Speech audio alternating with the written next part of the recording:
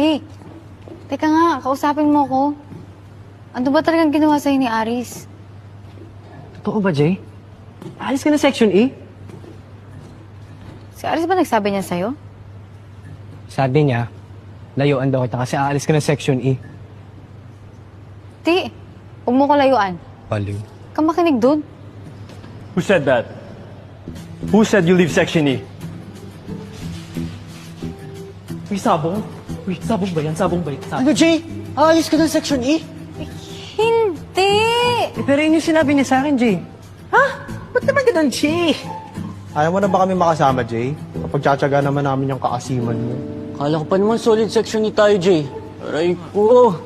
Oo nga. Kala ba naman